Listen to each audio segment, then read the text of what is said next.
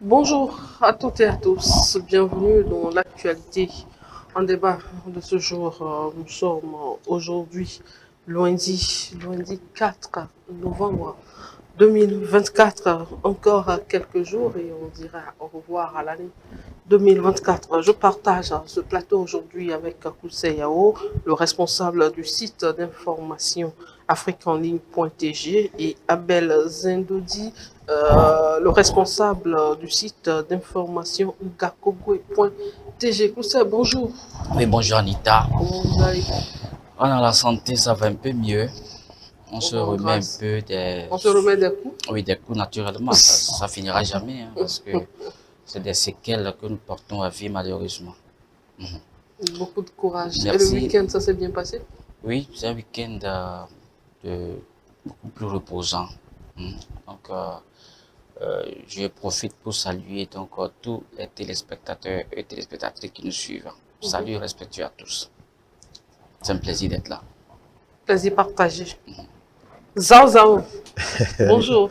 Bonjour à Comment ça va? tous les téléspectateurs, ça va? Et les Super bien. habitants de Zola? Ils vont bien. Zola, vous savez, c'est une... Tu es revenu à Lomé quand? Bah, hier nuit. Hier dans la soirée, je suis rentré, je suis parti le samedi. Vous savez que par moment, il faut quand même sortir de Lomé, de la capitale, aller quand même dans le Togo profond. Mais ici, Zola, ce n'est pas, en tout cas, Zola, c'est juste à côté, c'est pas quand même très loin de Moi, je ne connais Lomé. pas Zola, C'est j'avoue. à une soixantaine de C'est pas kilomètres. loin, mais je ne connais pas. Oui, c'est à une soixantaine de kilomètres de Lomé, au bord donc, du lac.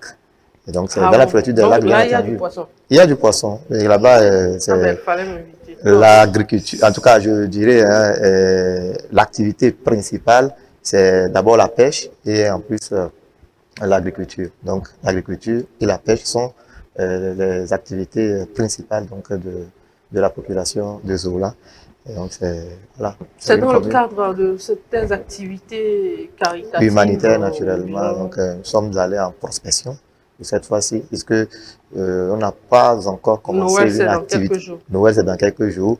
On n'a pas encore commencé une activité tant que telle dans cette localité. C'est vrai que dans les lacs, nous menons quand même des activités, mais à Zola singulièrement, non. Donc, nous avons été quand même invités par certaines personnes, certains cadres de la localité avec qui nous allons quand même échanger pour voir réellement dans quelle mesure on peut commencer par mener des activités dans la zone, des activités caritatives, bien entendu. Beaucoup de courage. Merci.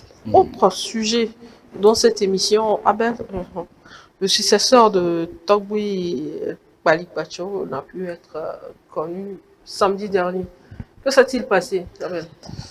D'entrée, je dirais que la Ligue C'est régionale régional de football.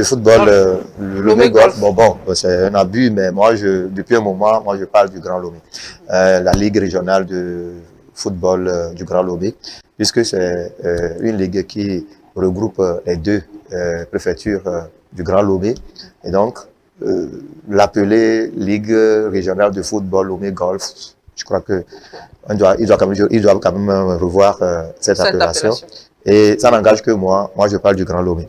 Et donc, les deux grandes préfectures se sont donc retrouvées le samedi dernier pour élire le nouveau bureau qui va diriger donc la Ligue pour les 4 prochaines années.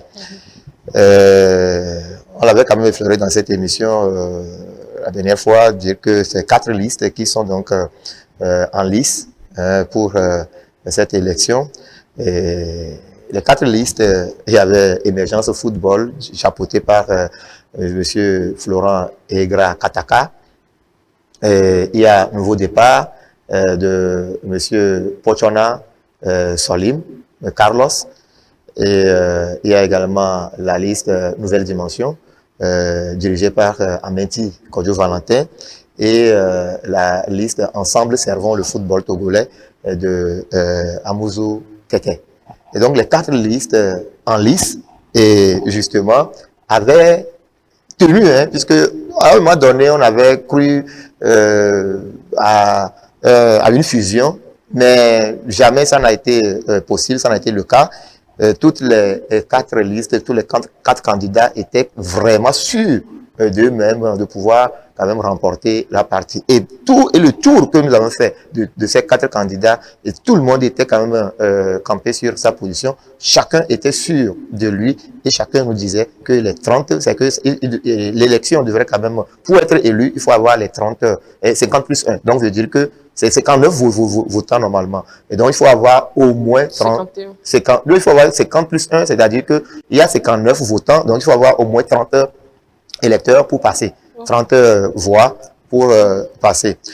Et donc, du coup, tout le monde nous disait qu'il avait donc les 30 voix disponibles, c'est que garanti. Les 4 listes là. Les 4 listes disaient qu'ils avaient donc, les 50 plus 1. Donc, il n'y a pas photo d'aller à une quelconque fusion que ce soit. Et donc, jusqu'à la veille, où on avait des informations, tard la nuit, que il y avait quand même des tensions, par moment, des coups de fil, des menaces venaient de partout. Bon, c'est au niveau quand même des électeurs. Nous autres, on ne pouvait pas être menacés. L'argent aussi est rentré dans la danse, selon nos informations, où pour cette élection de la Ligue, ça circulait vraiment de l'argent pour acheter la conscience des électeurs, pour désorienter certains votants, et même certains candidats sur d'autres listes ont été vraiment secoués de rester naturellement et de garder leur position sur la liste, mais voter une autre liste, ce qui est possible dans le football si vous êtes vraiment dans ces jeux. C'est comme ça. Le football de telle façon, c'est la grande mafia. Et donc, ça ne nous a pas étonnés. Et jusqu'au lendemain, bon, beaucoup plus. La dernière fois à l'Assemblée nationale. Bon, beaucoup plus dans le football, c'est plus vivant. Et donc, et puis bon, ça se passe comme si de rien n'était. Donc, le lendemain, en tout cas, le samedi, ils sont retrouvés dans la salle après la traditionnelle cérémonie, bon, d'ouverture, discours, etc. Ils sont passés au vote. Donc, les 4 listes se sont séparés dans un premier temps parce qu'il n'y avait pas quand même de gagnants. C'est-à-dire que personne n'a obtenu les 30 voix. La liste d'Amenti Valentin s'est retrouvée avec 22 voix. Et c'était la liste qui était en tête. Parce que c'était des fausses promesses. Et c'est comme ça, chacun de son côté est confiant, mais voilà, c'est sans compter avec la réalité du football. Et donc, Bamenti s'est retrouvé avec 22 voix, suivi de Amouzou Tete, 18 voix. Ensuite, vient M. Pochona, 11 voix, et Florent Kataka a fermé donc la manche avec 8 voix. Donc, je veux dire qu'il y a pas quand même de vainqueur. Mais selon les tests de la Ligue, bon, ce sont des tests également à revoir, il faut quand même le dire, hein. Mais c'est des tests qui donnent l'opportunité aux candidats de reprendre. C'est que seul le dernier sort du processus. Et donc, le dernier ici, c'est Florent Kataka qui devrait sortir du processus. Et donc, lui, il reste 3 personnes. Les 3 candidats vont reprendre.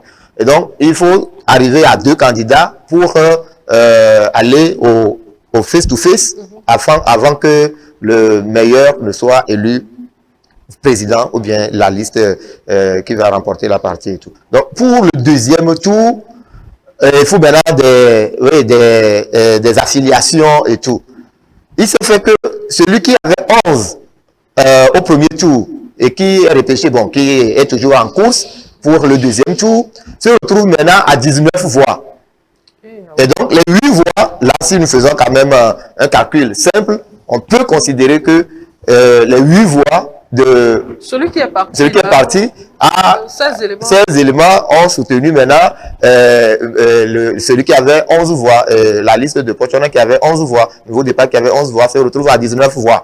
Maintenant, celui qui avait 18 voix auparavant se retrouve également à 19 voix parce qu'il y a un qui avait voté pour Amenti, mais qui revient maintenant voter pour Amouzou Tete. Donc ça faisait encore 19 voix pour Amouzou Tete. Au lieu de 18 voix, bon, il se retrouve maintenant avec 19 voix. Et les 21 voix restantes sont allées à Amenti Valentin, qui quitte de 22 à, non, à 21.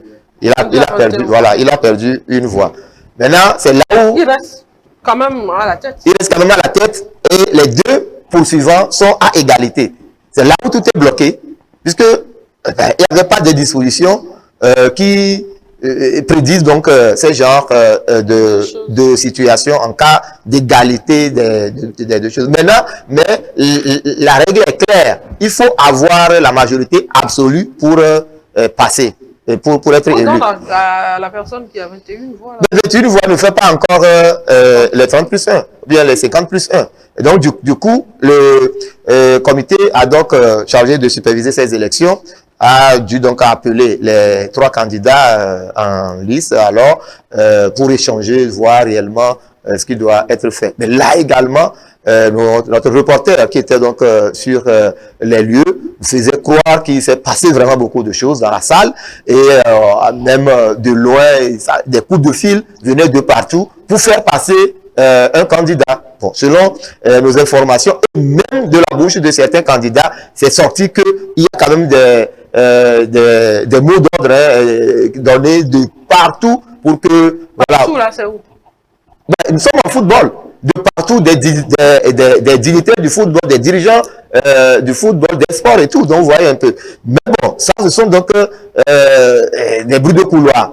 Mais au final, qu'est-ce qui devrait être fait? Il faut reprendre encore le procès. Il faut reprendre l'élection pour la 3e fois. Le 3e tour, il faut le faire avec les 3 candidats pour voir si, pour voir encore voilà, un dernier. Il faut forcément avoir un 3e qui va sortir du processus avant que la finale soit jouée. Mais c'est à ce niveau que tout est bloqué parce que les affiliations n'arrivaient pas à se faire sur place. Donc chacun comptait encore sur ses capacités de pouvoir tenir le coup jusqu'au bout. Mais déjà, il y a le camp d'Amenti qui se disait donc, qui se proclamait donc vainqueur de ces élections, mais les 2 autres candidats également se disent non, les tests ne prédisent pas ça, les tests disent clairement qu'il faut forcément aller à 2 listes, arriver donc à 2 listes pour passer,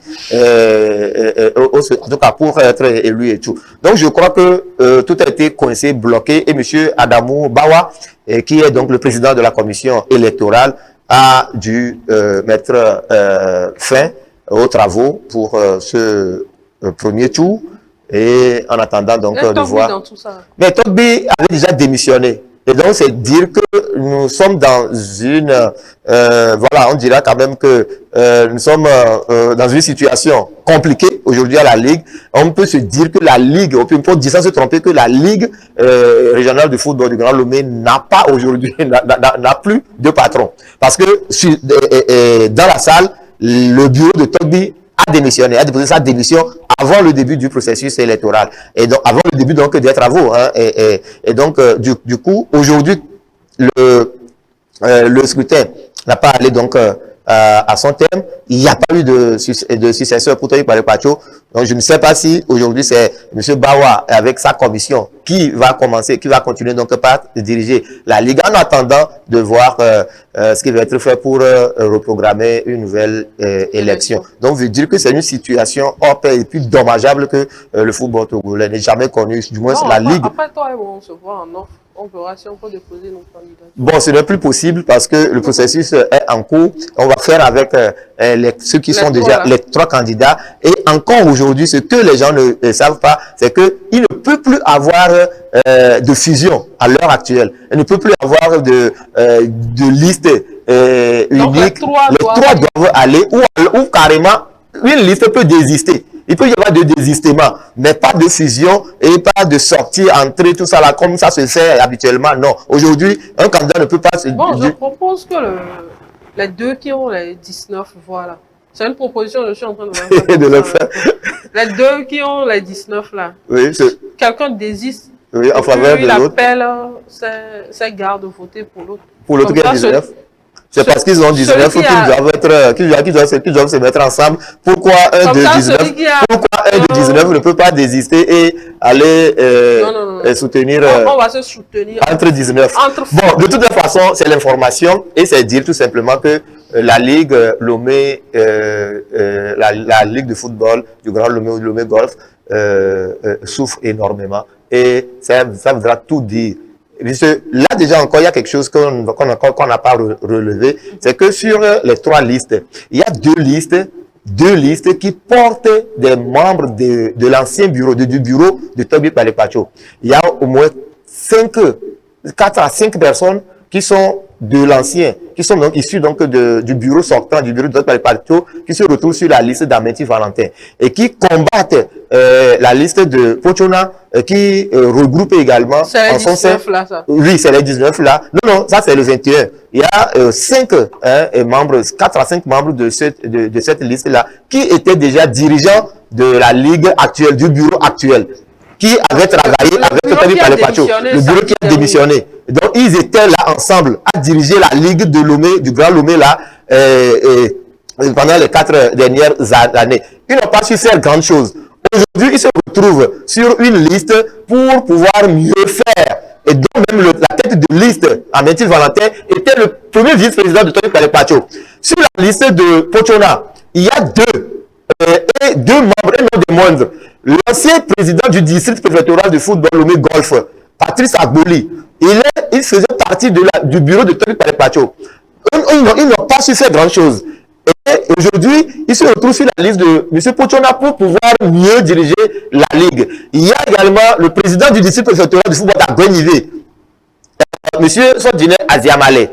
Il était membre du bureau de Toby Palepacho. La Ligue n'a pas fait grand chose. Mais aujourd'hui, il se retrouve également sur la liste de Pochona avec Patrice Agboli pour mieux faire que ce qu'il n'avait pas pu faire pendant les 4 dernières années. Ça doit dire que il y a quand même, on doit quand même appeler à l'éthique dans cette élection au niveau de la Ligue de football du Grand Lomé, comme moi je l'appelle. Vous voyez un peu. Et donc, des gens qui se sont retrouvés pendant 4 ans, ils n'ont pas pu faire quand même grand chose. Ils n'ont pas les moyens. Aujourd'hui, est-ce qu'ils ont les moyens de pouvoir le faire s'ils sont élus? Bon, maintenant, sur également la liste de Amouzou Tete, c'est des gens qui n'ont pas été dirigeants directement, ils n'ont pas quand même été dans le bureau de Toby Palepacho, mais ils avaient des collaborations avec ces gens-là, soit membres de commission, etc., qui se retrouvent. Donc, on veut dire tout simplement que ce sont les mêmes personnes qui avaient échoué, qui aujourd'hui reviennent nous dire, bien nous. C'est eux qui sont. Bon, mais eux tous, c'est que je parle des 3 listes encore en liste, même de la liste qui a échoué, ben, ils ont toujours collaboré. Qu'est-ce qu'ils n'avaient pas pu faire dans le temps, hier justement, et qu'ils peuvent donc apporter. Donc c'est pourquoi la Fédération togolaise de football, qui est quand même la patronne de toutes les ligues du Togo, doit avoir quand même un regard bien figé sur ces élections afin de permettre à la Ligue de football du Grand Lomé de pouvoir de décoller. Sinon, ça dort pendant des années. Et si les choses ne se font pas dans les normes, ça va complètement... Ça va foirer. Ça va foirer. Merci à vous, chers téléspectateurs, de nous avoir suivis. On se donne rendez-vous jeudi prochain à partir de 9h. Au revoir.